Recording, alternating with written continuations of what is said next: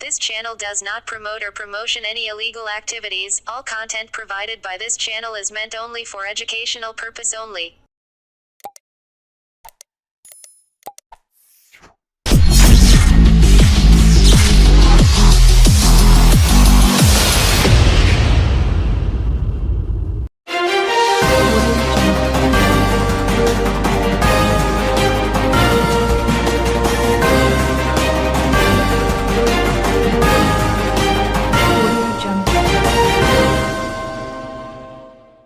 Chandannagar police কমিশনারেটের উদ্যোগে আজ চুঁচুড়া রবীন্দ্র ভবনে এক বিশেষ সাইবার ক্রাইম সম্পর্কে সচেতনতা শিবির আয়োজিত হল। এই সচেতনতা শিবিরে বিশেষভাবে সাইবার সংক্রান্ত প্রতারণা নিয়ে সাধারণ মানুষকে সচেতনতা লক্ষ্যে বিভিন্ন রকমভাবে লক্ষণীয় কিছু বিষয়বস্তু তুলে ধরা হয়।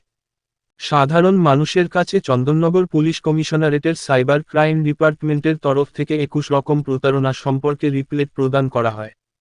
বিশেষ শিবিরে উপস্থিত ছিলেন চন্দননগর পুলিশ কমিশনারেটের police commissioner Amit P Javalgi, DCP headquarter Ishani Pal সহ অন্যান্য পুলিশ কমিশনারের আধিকারিকরা। বিশেষ শিবির মধ্যে দিয়ে হারিয়ে যাওয়া মোবাইল ফোনগুলি উদ্ধার করে গ্রাহকদের কাছে ফিরিয়ে দেন চন্দননগর পুলিশ কমিশনারেটের সাইবার ডিপার্টমেন্ট। মানুষকে সাইবার সংক্রান্ত সচেতনতা নিয়ে এই শিবিরে মূল আয়োজন বলে জানান পুলিশ কমিশনার। এই যে আমাদের প্রচেষ্টা ছিল আপনাকে একটু সতর্ক করা সাইবার ক্রাইম নিয়ে, এটা আশা করি আপনার কিছু লাভ হবে। আমরা যে দেখছি বছর খানেক থেকে এই সাইবার ক্রাইমের ইনসিডেন্ট গুলো অনেক বাড়ছে। এদের ভিকটিম শুধু সাইবার ক্রাইমের ভিকটিম শুধু যারা অশিক্ষিত আছেন বা সাইবার ক্রাইম নিয়ে বা সাইবার নিয়ে মানে কম্পিউটার ইন্টারনেট নিয়ে বা প্রশাসনের নেই, কিন্তু বাইরে যে সাধারণ লোক আছে ওরা চিট হচ্ছে সেটা না। আমরা দেখেছি একজন রিটায়ার্ড ডিস্ট্রিক্ট জাজ উনি চিট হয়েছেন। এডিএম অফিসে যারা কর্তারা ছিলেন প্রশাসনিক পদে ছিলেন উনি রিটায়ার হওয়ার পর উনিও চিট হয়েছেন। তো তাই না, ব্যাংকের ম্যানেজার কিন্তু স্টক মার্কেট ইনভেস্ট করতে গিয়ে চিট হয়েছেন। নিজে ব্যাংকের ম্যানেজার কিন্তু নিজে স্টক মার্কেটে উনি ইনভেস্ট করেছেন আর উনি নিজেই চিট হয়েছেন। এই ধরনের ঘটনা আমরা দেখেছি। আপনি একটা প্রশ্ন করবেন, স্যার এইগুলো ডিটেক্ট করা কত ডিফিকাল্ট, বা যদি এরকম চিট হলে আমরা টাকা কি পাবো কি পাবো না।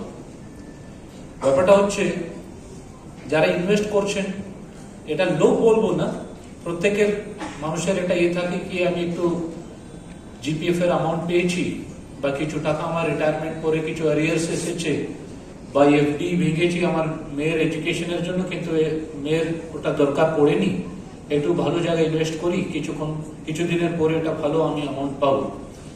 এই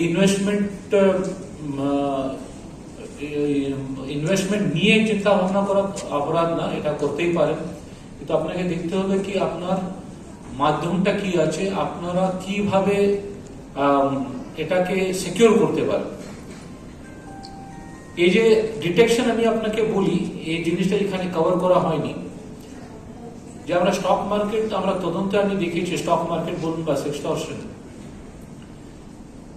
যখন আপনি টাকাটা দিচ্ছেন সেই অ্যাকাউন্টে না গিয়ে ওখান থেকে প্রায় 300-400 অ্যাকাউন্টে ডিস্ট্রিবিউট হয়ে যাচ্ছে। ধরুন আপনি 10 লাখ টাকা দিলেন, 10,000-20,000 টাকা করে এরকম 300-400 অ্যাকাউন্টে ইমিডিয়েটলি ডিস্ট্রিবিউট হয়ে যাচ্ছে। আপনি বলবেন কি কেন, কি করে এটা হচ্ছে? এরা যারা ইউপি, বিহার, রাজস্থানে যারা গরিব লোক আছেন ওদেরকে কিছু টাকা দিয়ে 2-3 হাজার টাকা দিয়ে ওদের অ্যাকাউন্ট গুলো কিনে নিচ্ছে। শুধু এটা ব্ল্যাঙ্ক ফর্মে সই করাচ্ছে, ওদের নামে অ্যাকাউন্ট শুরু হচ্ছে, সে অ্যাকাউন্টটা বিক্রি করার জন্য 2,000, ওরা অ্যাকাউন্ট বিক্রি হয়েছে ওটাও জানে না, ওটা সই করে দিচ্ছে 2,000 টাকা। ওরা ভাবছে কি কোনো সরকারি কোনো প্রকল্প আছে, আমি এই টাকাটা পাচ্ছি। সে অ্যাকাউন্ট যখন এই যে চিটার যারা আছেন ওদের হাতে আসছে, ওরা আপনার টাকাটা নিয়ে লিঙ্ক করে দিচ্ছে, সঙ্গে সঙ্গে সে টাকাটা ডিস্ট্রিবিউট হয়ে যাচ্ছে। যারা তদন্ত করছে যারা দেখছে কি মানি আমরা ফলো করি, টাকাটা কোথায় যাচ্ছে। ধরুন আমি আপনাকে চিট করলাম, তো নিশ্চয়ই টাকাটা আমার অ্যাকাউন্টে জমা হওয়ার কথা, সে অ্যাকাউন্ট দেখছি তার কোনো অস্তিত্ব নেই, সে ওখান থেকে চলে গেছে বিভিন্ন অ্যাকাউন্ট। ওখানে যখন দেখছি ওদেরকে যখন ধরছে ওরা বলছে আমার এই অ্যাকাউন্টটা আমার নামে আছে আমি জানি না, আর ও একটা কোথাও গ্রামে লেবারের কাজ করছে বা কোনো কৃষকের কাজ করছে, ও জানে না কি এরকম কিছু ঘটনা ঘটেছে। ওকে ধরে আনছি, ওর কাছে কিন্তু টাকা নেই। আমরা কিছুটা কেস ডিটেক্ট করেছি এটিএম মাধ্যমে, এসব কিছু কে টাকাটা তুলতে গিয়েছে, কোনো 2-3 মাস পরে কেউ ইন্টারনেট ইউজ করে কেউ অর্ডার করেছে কিনা, সেরকম আস্তে আস্তে করে আমরা কিছুটা কেস ডিটেক্ট করেছি। এসব থেকে বড় ঘটনা ঘটেছে কিছুদিন আগে, ভদ্রলোক বয়স্ক লোক ওর একটা সেক্সটরশনের ভিকটিম হয়েছে। ভিকটিম হওয়ার সঙ্গে সঙ্গে উনি দেখছেন কি ওনার কাছে কল এলো কি আপনাকে টাকা দিতে হবে। ভদ্রলোক লজ্জায় 13 লাখ টাকা 14 লাখ টাকা দিয়ে বসে আছে, এবার আর পাচ্ছেন না। উনি ওনাকে ধমক দেওয়া হলো কি আপনার কন্ট্যাক্ট লিস্টে যারা যারা আছে সকলকে আমরা ভিডিওটা শেয়ার করে দেব। উনি কিন্তু সুসাইড করে নিলেন। এটা ঘটনা, বাস্তবিক ঘটনা। সেই লোকটিকে আমরা ধরে নিয়ে এলাম, আমরা রাজস্থান থেকে যারা করেছিল সেক্সটর্শন করেছিল ধরে নিয়ে এলাম। ওখানে গিয়ে দেখলাম, অবাক হলাম কি পুরোটা গ্রাম কিন্তু এ ক্রাইমের সঙ্গে যুক্ত আছে। যাদেরকে ধরেছি ওরা কিন্তু মূল পান্ডা ছিলেন, ওদেরকে অ্যারেস্ট করা হলো। সিম কার্ড অন্য জায়গা থেকে যাচ্ছে, মুর্শিদাবাদ থেকে সিম কার্ড যাচ্ছে যে বিক্রি হচ্ছে রাজস্থানে, সে সিম কার্ড নিয়ে একটা ক্রাইম হচ্ছে। সে সিমটা কিন্তু যে ক্রাইম করছে তার না। তো আমরা যখন সিম ধরে এগোই তাহলে দেখছি কি সিম অন্য লোকের নামে আছে, কিছু জানে না কি ওর নামে সিম আছে। তো যখন আপনি আধার কার্ড, যখন আপনি সিম কার্ড নিতে গেলে আপনি কি করেন, আধার কার্ড জেরক্স দিয়ে দেন বা কিছু দিয়ে দেন। সে ছোট কোনো দোকান থেকে যদি নেন আপনি, ওখান থেকে সে ডাটাটা, সে কাগজগুলো চুরি হয়ে যাচ্ছে। এইগুলো ঘটনা, এটা আমাদের জন্য চ্যালেঞ্জ আছে। আমরা দেখলাম কি 6 মাস কিছু জায়গাতে আমরা সাকসেসফুল হয়েছি, আমরা ফ্রিজ করতে পেরেছি অ্যাকাউন্ট। যদি সঙ্গে সঙ্গে যারা আমাদেরকে খবর দিয়েছে আমরা ট্রানজাকশনটাকে স্টপ করতে পেরেছি। কিছু জায়গায় এমন হয়েছে কি টাকাটা চলে গেছে, ধরেছে কিন্তু টাকাটা রিকভার করতে পারেনি। কিছু ক্ষেত্রে আমরা কিন্তু লোকজনকেই ধরতে পারিনি, স্পেশালি স্টক মার্কেট। আপনি দেখবেন কি যারা স্টক মার্কেট ফ্রড করে, ভালো ইংরেজি বলে ভিডিও পাঠায়, এদের দেখছে কি সার্ভার আছে চায়নাতে, সিঙ্গাপুরে, এসব জায়গাতে আছে। ওখান থেকে ইনভেস্টিগেশন করতে আমাদেরকে অনেক এজেন্সির ইনভলভমেন্ট লাগে, অনেক সময় লাগে। তো সেই লোকটি যারা টাকা ইনভেস্ট করেছে ওরা কিন্তু দিশাহারা হয়ে যায়, ওরা টাকা ফেরত পান না। তো এটা সব থেকে ভালো জিনিসটা কি আছে কি আমরা স্টার্টিং থেকে আমরা যদি স্প্রেড করি তাহলে অনেকটা কিন্তু স্টপ হবে। আমরা এই সমস্ত ভিডিও যে আজকে আপনাকে দেখানো হলো, আমরা সোশ্যাল মিডিয়ার মাধ্যমে আমরা দিচ্ছি। ফেসবুকে, আমাদের ফেসবুকে থাকবে, ইউটিউবে থাকবে, টুইটারে থাকবে। এছাড়া আমরা বলেছি যে নিউজ পেপারে যারা সকালে আপনারা নিউজ পেপার পড়েন, একটা প্যাম্পলেট করে আমরা পাঠাচ্ছি। আপনারা যারা এখানে এসেছেন আপনারাও কিন্তু সেই জিনিসটা স্প্রেড করুন, বলুন ভালোভাবে। একটা ছোট জিনিস আছে, সব কিছু কথা হলো আপনারা যখন ভাববেন স্যার আমি কি করে, এমনি কনফিউজ হয়ে গেছি, মানে কোথাও কার উপরে বিশ্বাস করা যাবে না, কিছু করা উচিত না, তো এই সমস্ত প্রশ্নগুলো আসবে। আপনাকে 2-3টা জিনিস বলবো কি করা সহজ আছে। একটা আপনি যা বললেন যে লাস্ট প্রশ্ন যে ছিল কি আমাদের টাকা এফডিটা ম্যাচিউর হয়ে যাচ্ছে, কিন্তু আমি হঠাৎ করে দেখছি আমি ফোন আসছে প্রত্যেক ব্যাংকে। সে ব্যাংক ব্রাঞ্চে না হতে পারে, কিন্তু হেড অফিসে কি হয়, কিছু লোক ক্লার্ক থাকে, কিছু লোক বিভিন্ন পদে থাকে, ওদের কাছে এই ডাটাটা কিন্তু অ্যাক্সেসেবল থাকে। ওরা কি করে একটা থার্ড পার্টি বিক্রি করে দেয়।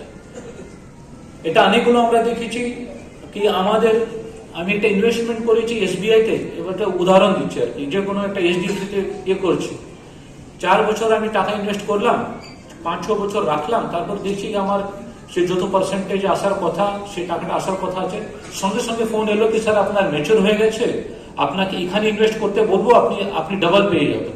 ও কি করে জানলো কি আমার আমি টাকা পাবো এই মাসে? এই জিনিসটা কিন্তু লিক হয়ে যাচ্ছে। আপনি কিন্তু ব্যাংক, যে আপনার ব্যাংক ম্যানেজারের সঙ্গে যে ফোন নম্বর যদি থাকে বা আপনার অ্যাক্সেসিবিলিটি থাকে, ব্যাংকে গিয়ে কিন্তু সেই জিনিসটা ওখানে গিয়ে কনফার্ম করুন। ফোনে কিন্তু আপনি দয়া করে কোনো ট্রানজাকশন এরকম যেখানে আপনার বড় অ্যামাউন্ট আছে, হ্যাঁ 5,000 10,000 আপনি ইলেকট্রিসিটি বিল দিচ্ছেন, টেলিফোনের বিল দিচ্ছেন, বা কোনো কিছু অর্ডার করছেন, ফুড আইটেম অর্ডার করছেন, ওটা আলাদা ব্যাপার আছে।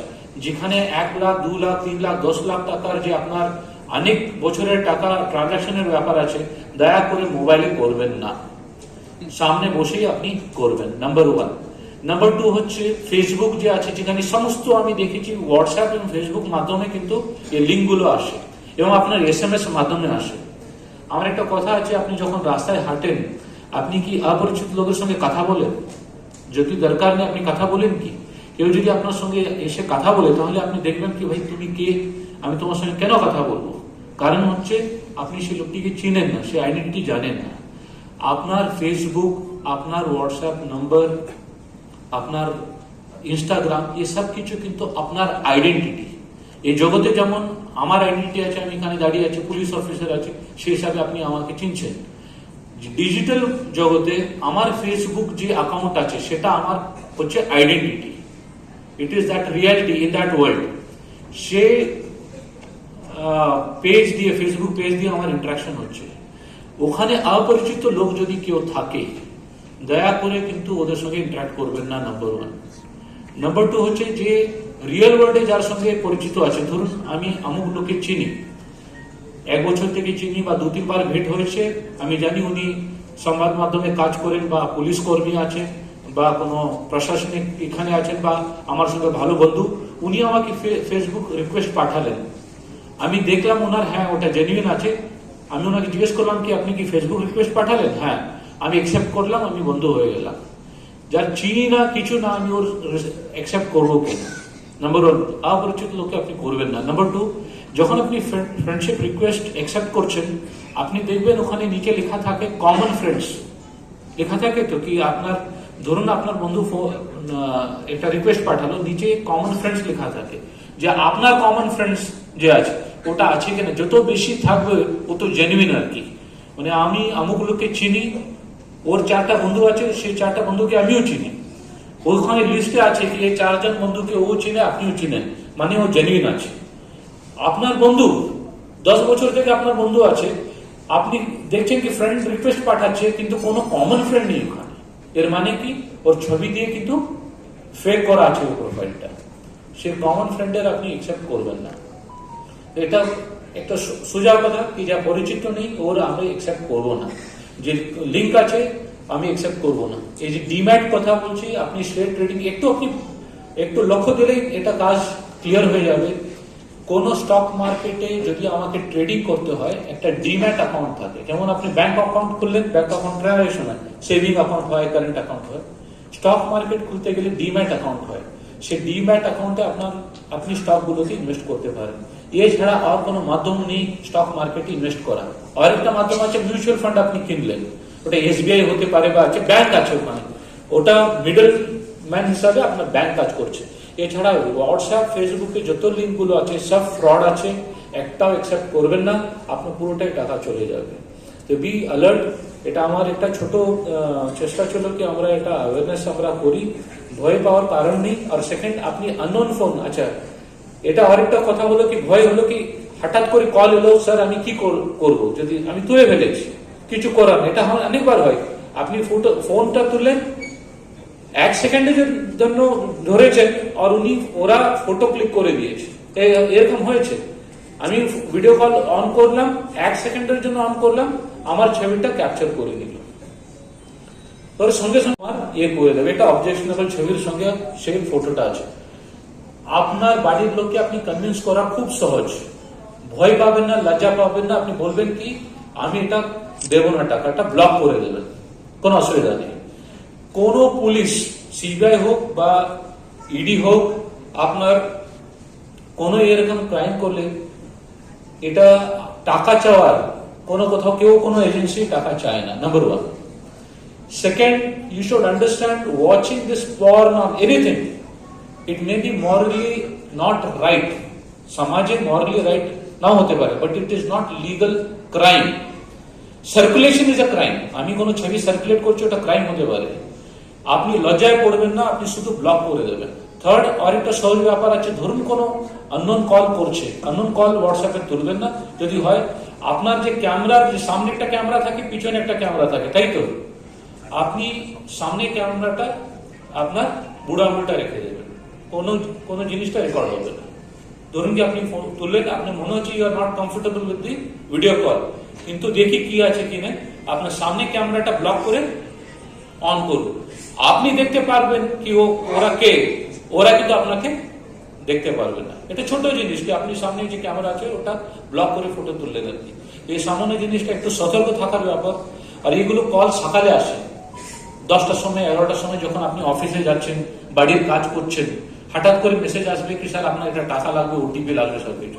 আপনি কাজে ব্যস্ত আছেন, দিয়ে আপনার মনে হয়, বলবেন কি কোনো অসুবিধা নেই, একদিন সময় নেব, পরে কল করুন। আপনি ভাবুন কোথা থেকে কল আসছে, কনফার্ম করে নিন, তারপরে আপনি ট্রানজাকশন করুন।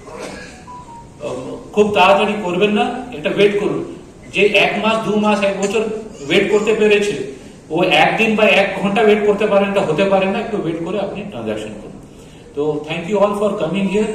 আই অলসো থ্যাংক যারা ফ্যাকাল্টি এসেছিলেন, খুব সুন্দরভাবে বললেন। আমাদের সহকর্মীরা ডিসিপি হেডকোয়ার্টার থেকে শুরু করে ডিসিপি সাহেবরা আছেন, এবং ডিসিপি শ্রীরামপুর সাহেব এখানে আছেন, অ্যাডিশনাল ডিসিপি ডিডি ম্যাডাম এখানে আছেন, এবং মূলত আইসি সাইবার, ওনারা সব ভিডিও বানিয়েছেন। এটা আমরা সার্কুলেট করব। সকলকে আমার ধন্যবাদ রইল। ধন্যবাদ। Thank you sir. এবারকে আবার আহ্বান জানাবো, আমাদের চন্দ্রনগর কমিশনারেট এলাকায় বহু এরকম সচেতনতার সভা আরো হোক। আপনারা এইভাবে যেভাবে সাড়া দিয়ে এসছেন, এইভাবে থাকুন।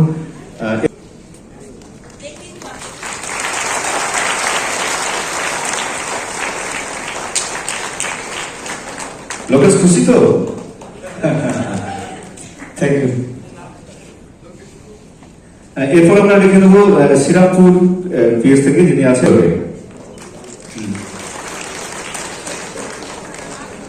তারপর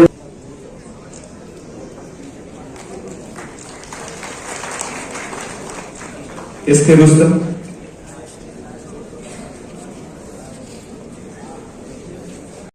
তোমার তো একটা ফোন হারিয়ে গেছিল, তুমি অভিযোগ করেছিলে থানায়, কতদিন বাদ পেলে ফোনটা? 3 মাস পর। তোমার কোথা থেকে ফোনটা হারিয়ে গেছিল? আমার চায়ের দোকান থেকে। কেউ তুলে নিয়েছিল? হ্যাঁ, কখন, সকালে হয় না রাত্রিরে হয়েছিল? বেলা 1টা বলতো। তারপরে তুমি কোথায় গেলে? আমাদের প্রথমে আবার ওখানটা সাইবার তা আজকে তো ফোনটা পেলে, আবার ফিরে পেলে, কেমন লাগলো? ভালো লাগছে। পুলিশকে কি বলবে? আমি আমাদের সাইবার ক্রাইমে যারা স্যাররা আছে তাদেরকে অসংখ্য ধন্যবাদ। ভালো আর সাথে সাথে আমাদের পুলিশ স্যারকে আমার ধন্যবাদ। ওদেরকে এখানে ডেকে এনে ওদেরকে একটা সচেতন শিবির বলা যায়, এটা অ্যাওয়ারনেস ক্যাম্পেইন আমরা করেছি। ওদেরকে বুঝিয়ে দিয়েছি কি কীভাবে স্টক মার্কেটে লোকজন এখানে চিট হচ্ছেন। আপনার ফেসবুকে যারা ফ্রেন্ডশিপ করছেন, সেক্সটর্শন কেস গ্রুপ কি কেসগুলো আছে, আমরা বিভিন্ন অন্যান্য যে দপ্তর আছে পশ্চিমবঙ্গের, ওখানকার প্রিকশন মেম্বারদেরকে আমরা ইনভাইট করেছি। এটা আমি মনে করি কি এটা ভালো একটা স্টেপ করেছে। এছাড়া আমরা সোশ্যাল মিডিয়াতেও দিচ্ছি এবং নিউজ পেপারে আমরা একটু সতর্ক করার চেষ্টা করব। মেন উদ্দেশ্য হচ্ছে কি সাইবার ক্রাইমের অ্যামাউন্ট এত বেশি আছে, এটা চুরি ডাকাতি হলে 1,00,000-2 লাখ টাকা, মোবাইল বা বাইক চুরি হলে 1,00,000-2 লাখ টাকার লস হয় মানুষের। আমরাও ওগুলো এত সিরিয়াসলি নিচ্ছি, কিন্তু একটা সাইবার ক্রাইমে দেখছি কি লক্ষ লক্ষ টাকা বেরিয়ে যাচ্ছে। সেক্ষেত্রে আমরা তো ডিটেকশন হচ্ছে, কিছুটা সাকসেসফুল হচ্ছে, কিছু আমরা সব কেসগুলি একটু সিরিয়াসলি নিচ্ছি। সময় লাগছে, যতটা সাইবার ক্রাইম যে আছে গোটা দেশে বা আন্তঃরাষ্ট্রীয় একটা তার অ্যাঙ্গেল থাকে, কিন্তু সবথেকে ইম্পর্টেন্ট আছে যদি লোকজনকে আমরা সতর্ক করে দিই তাহলে এই ক্রাইমগুলো অনেকটা কমবে। এই উদ্দেশ্য নিয়ে আমরা আজকে শুরু করি। স্যার, এখনো পর্যন্ত 1 বছরে কত প্রতারণার অভিযোগ জমা পড়েছে, কত কোটি টাকা? দেখুন, ব্যাপারটা হচ্ছে এই টাকার মাধ্যমে বলতে গেলে আমরা একটা কেসে আমরা দেখেছি 1 কোটি থেকে বেশি টাকা ওরা লস করেছে। এক কেসেই প্রায় 1.5 কোটি টাকা লস হয়েছে। আমরা 20,000 থেকে 30,000 টাকাও লস হয়েছে লোকেদের। এটা কিন্তু এর অ্যামাউন্টের কোনো মানে থাকে না, কারণ তদন্তের জন্য তো এটা ইম্পর্টেন্ট নেই। কিন্তু যারা লস করছে, যার স্যালারি হচ্ছে 10,000 টাকা, ও যদি 30,000 40,000 টাকা হারিয়ে ফেলে তো ওর জন্য তো বড়ো অ্যামাউন্ট আছে। যে রিটায়ার্ড লোক যে ইনভেস্ট করে ফেলেছে 50 লাখ টাকা, নিজের জিপিএফ ভেঙে বা এফডি ভেঙে যদি ইনভেস্ট করে ফেলেছে, ওর জন্য কিন্তু বড় লস হয়ে যাচ্ছে। ওটা তো শেষ হয়ে গেছে, ওর টাকাটা যে আর্নিং ছিল, হার্ড আর্ন মানি, ওটা তো চলে গেছে। সেই জিনিসগুলো আমরা খুব সিরিয়াসলি নিই। তদন্ত ঠিকমতো চলছে, প্রত্যেক কেসটা আমরা সুপারভাইজ করি। সাইবার আমাদের সাইবার যে উইং আছে, সাইবার ক্রাইমের যে ব্রাঞ্চ আছে ওয়েস্ট বেঙ্গল গভর্নমেন্টের, ওখানে আমরা সাহায্য নিই। কিন্তু ডিটেকশন একটা আলাদা ব্যাপার আছে, লোকজনকে একটু সতর্ক করা কি আপনি এটা এখানে পা দেবেন না, এগুলোতে একটু সতর্ক থাকলে অনেক কোটা প্রবলেমটা সলভ হয়ে যায়। কি ধরনের ক্রাইমগুলো হয় ये समस्त लोग के हमारा सतर्क করার এটা চেষ্টা করি। ऐसे जाल में कितने लोगों को निकाला गया अब तक? देखिए हर एक केस में हम लोगों ने सेक्सटॉर्शन, जैसे एक उदाहरण देता हूँ कि सेक्सटॉर्शन सीपीसी इलाके में 2-3 बहुत बड़े केसेस हमारे सामने आए हैं। हम लोगों ने उन लोगों को, जो मेन लोग थे उनको हम लोगों ने राजस्थान से अरेस्ट किया। अरेस्ट करने के बाद उसके बाद एक भी सेक्सटॉर्शन का केस यहाँ पे रिपोर्ट नहीं हुआ। তো আমরা যে লোকটি যে মেন পান্ডা আছে ওদেরকে ধরেছি যার সেক্সটর্শন কেসে, তারপরে একটাও সেক্সটর্শন কেস আমার সামনে আসেনি। তো এটা মেন লোককে ধরা কিন্তু খুব আমার চেষ্টা আছে। এটা বলতে পারি কি এটা ক্রাইমটা আমরা যারা করে ওদের উপরে আমরা নজর রাখি। ওটিপি ছাড়াও তো এখন অনেক সময় হচ্ছে এই ধরনের, ও আগে আগে যেমন ওটিপি চেয়ে হচ্ছিল, এখন তো সেগুলো অনেকটা চেঞ্জ হয়েছে। ওটিপি ছাড়া যে হচ্ছে ওটা একটা নিশ্চয়ই আপনার সঙ্গে ইন্টারাকশন করছে, হয়তো আপনার মোবাইলে অ্যাপ ডাউনলোড করতে বলছে বা আপনাকে কিছু লিঙ্ক পাঠিয়ে দিচ্ছে যেখানে আপনার মোবাইলের কন্ট্রোল ওর হাতে যাচ্ছে বা আপনি যা ফিল আপ করছেন সব ডিটেলসটা ওদের কাছে আসছে। মেন জিনিসটা হচ্ছে আইদার ওটিপি বা কোনো লিঙ্ক আপনি দয়া করে কার সঙ্গে মানে সেই জিনিসটার মানে ক্লিক করবেনই। নাম্বার 1 এটা মাথায় রাখুন। জানা অপরিচিত লোকের ফোন তোলা বা হোয়াটসঅ্যাপ কল করবে বা কেন, যে নর্মাল আপনার অপরিচিত লোক থাকে নর্মাল কল করবে, হোয়াটসঅ্যাপ কল যারা পরিচিত লোক আছে তারই আপনি ফোনটা তুলবেন। আর যদি মনে হয় কি এটা फ्रॉड আছে আপনি রেসপন্ড করবেন। में या 6 महीने में जितना मोबाइल चोरी हुआ है हम लोग सीरियसली एक हमारी तरफ से कम्युनिटी पुलिसिंग के हिसाब से सोचिए कि हम लोग मोबाइल जो है रिकवर करके लोगों को देते हैं। आज सबसे महंगी चीज़ आपके हाथों में आज क्या है? Mobile phone. वो अगर चोरी हो गया तो आपके कॉन्टैक्ट चले गए, आपका डिटेल्स सबको चला गया। हम लोग कोशिश करते हैं कि जितना जल्दी हो सके ये मोबाइल को रिकवर करके 3 महीने में हम लोग एक कैंपेन करते हैं जहाँ पे 100-150 मोबाइल, 300 मोबाइल, कभी हम लोगों ने 500-1000 मोबाइल भी डिस्ट्रीब्यूट किया। इस तरह से हम लोग डिस्ट्रीब्यूट करते हैं। तो आज हम लोगों ने 160 मोबाइल यहाँ पे डिस्ट्रीब्यूट किया।